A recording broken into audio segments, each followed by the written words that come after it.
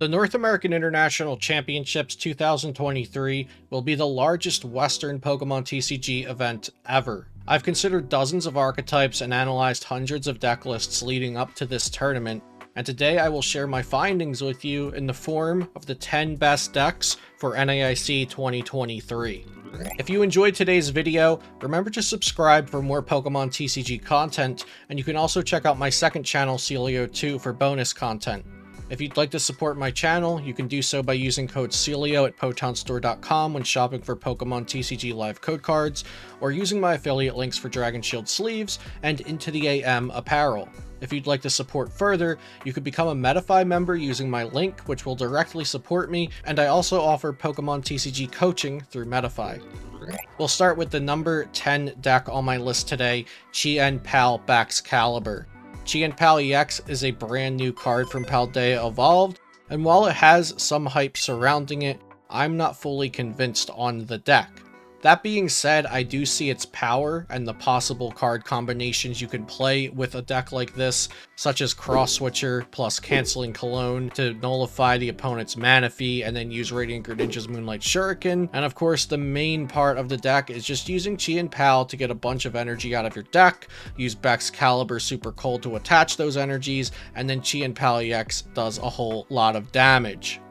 I have this down in my number 10 spot because although while I see its potential, I haven't seen the results in the Japanese events to back up the deck's hype, and I also don't see a reason to play this over some of the other established archetypes we'll talk about today.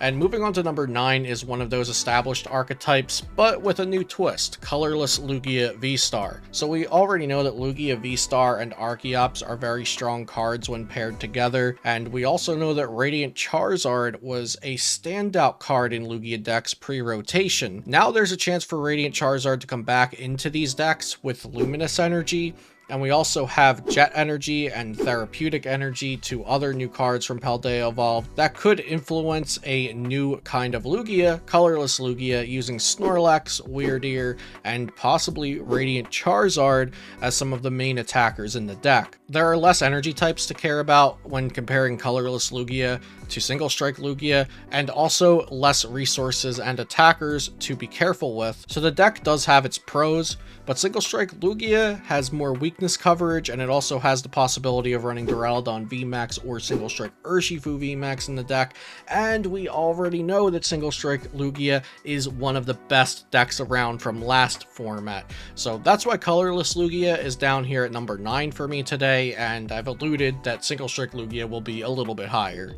Next at number 8 is Arceus Giratina, and I think Arceus Giratina is a very solid beat stick deck with Judge and Iono plus Path to the Peak that can disrupt a lot of decks. I personally want to play a deck where I have a lot of decisions to make. It could really be an active part of my deck in the game, and I don't feel like I can do that with Arceus Giratina, which is why it's low on my list. But all of the decks mentioned today in this top 10, I do expect to have some sort of representation in day 2 of NAIC. So I'd say if you're picking any of the decks in today's list, you're already off to a good start. But Arceus Giratina does not rank too highly on my list today because I don't feel it has a lot of player agency. It doesn't have a lot of outplay potential, and you kind of just do what the deck gives you in your hand, and you just have to run with that. So while it's a strong deck, it's a little too linear for me, and it's down here at number 8. Speaking of strong deck but linear, we have Arceus Duraludon. Now there are kind of two kinds of Arceus Duraludon. There's Arceus Duraludon Umbreon with the heavy Lost Cities with Hawlucha and Radiant Alakazam. But then there's also the version that Alex Szymanski won the European International Championships with, which is Arceus Duraludon Alolan Vulpix V-Star. And the Alolan Vulpix V-Star, its attack allows it to not be hit by Pokemon with abilities on the next turn. And this can wall out most of Gardevoir's attackers, it can wall out most of Chien-Pal's attackers, it can also wall out most of Lugia's attackers. And then Duraludon, of course, has very high HP and can't be hit by Pokemon with special energy attached to them. So I do think this kind of counter Arceus deck has potential, but it's a clunky deck, and again, kind of like Arceus Giratina, it doesn't really have much player agency to it, which is why it's a deck that falls a little lower for me. I don't think it'll be able to go as far and be influenced by the player.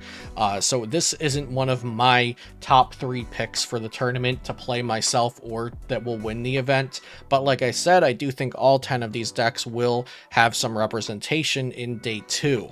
My number 6 deck is Giratina Lost Zone, and this is a deck I enjoy, and I considered it for a little while, but it just does not have enough for it to be one of my top 3 picks for this tournament. I think it will do well, but it doesn't have the versatility that Lost Zone toolboxes have, and it doesn't have the consistency and aggression that Arceus Giratina has. It kind of falls in between the two, and it ends up being sort of a checkmatey style deck, where you play your opponent into an endgame that you are behind prizes on, and you Iono or Roxanne them down to a low hand, plus Path to the Peak or Temple of Sinnoh, whichever one disrupts their deck more, and you hope that works while you then beat them down with your Giratina for a couple of the last turns. While this is a tactical and strategic deck, and I do enjoy decks that fit those qualifiers, I don't think Giratina Lost Zone has the power to go the distance at NAIC this year.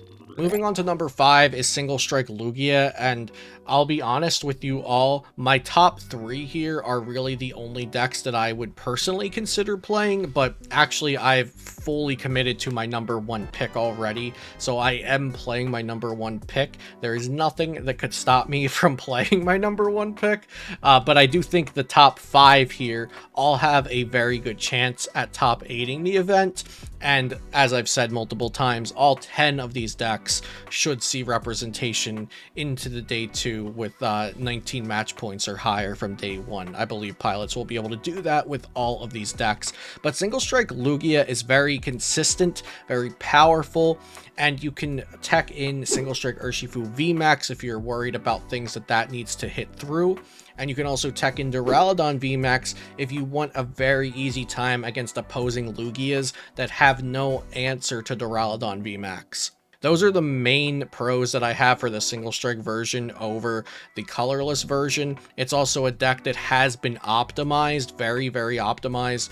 Reagan Retzloff's list did wonders in the last format, and players are already used to it, and it gets a couple of new tools like Squawkabilly EX and Iono. Next is DTE Mew.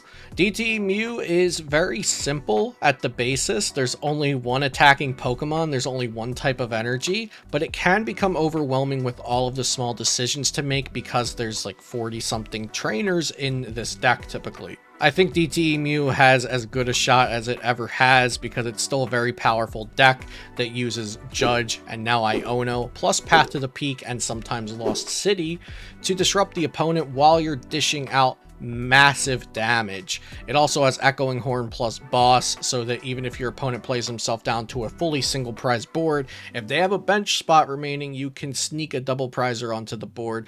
Mew VMAX has a good bit of tricks here between the Path to the Peak, Lost City, Lost Vacuum to get rid of the stadiums, and then the Echoing Horn like I mentioned. Also has Penny to pick up its own Genesects if they're damaged or stuck in the active. And DTE Mew is a deck that people are very experienced with, and just like Single Strike Lugia, it has been optimized, and I have a lot of confidence in it because of those reasons. Number 3, so if you watch my video with James where we talked about the NAIC meta, we'll link that down below in the comments, or you can just click on my channel, and it's very recent if you're watching this video right now, prior to NAIC, but we both agreed that our top 3, or our third best pick for the tournament to win would be Fusion Mew. And I think Fusion Mew is really, really well positioned going into this event. Regardless of the Drapions and the Spiritombs around, this deck can pop off and start attacking turn 1.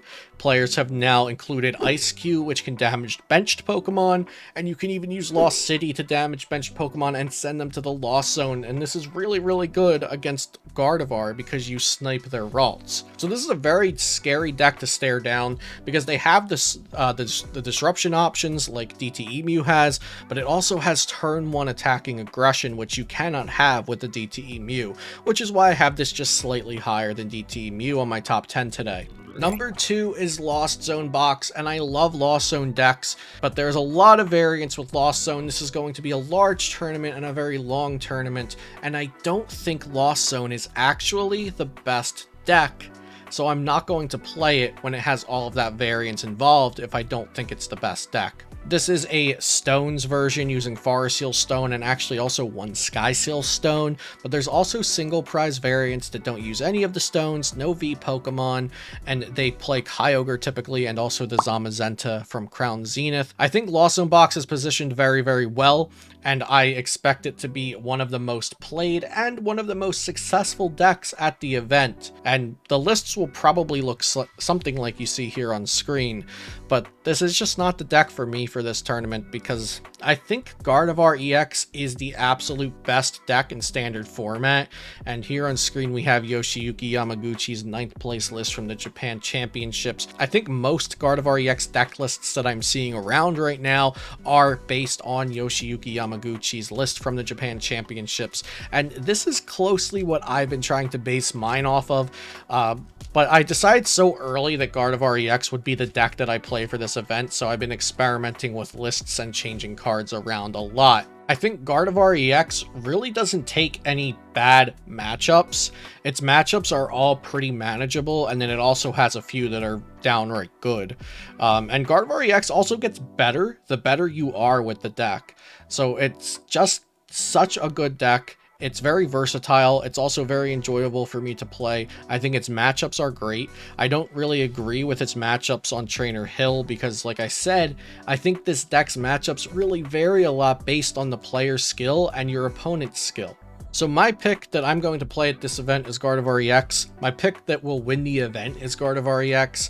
My pick for the most popular deck is Gardevoir EX. I think this is Guardy's format, but let me know what you think in the comments down below, what I got right and what I got wrong on my top 10 here today. And if you have any questions, you can also leave that down there. I hope you enjoyed the video. Thanks for watching, and I'll see you next time here on Celio's Network.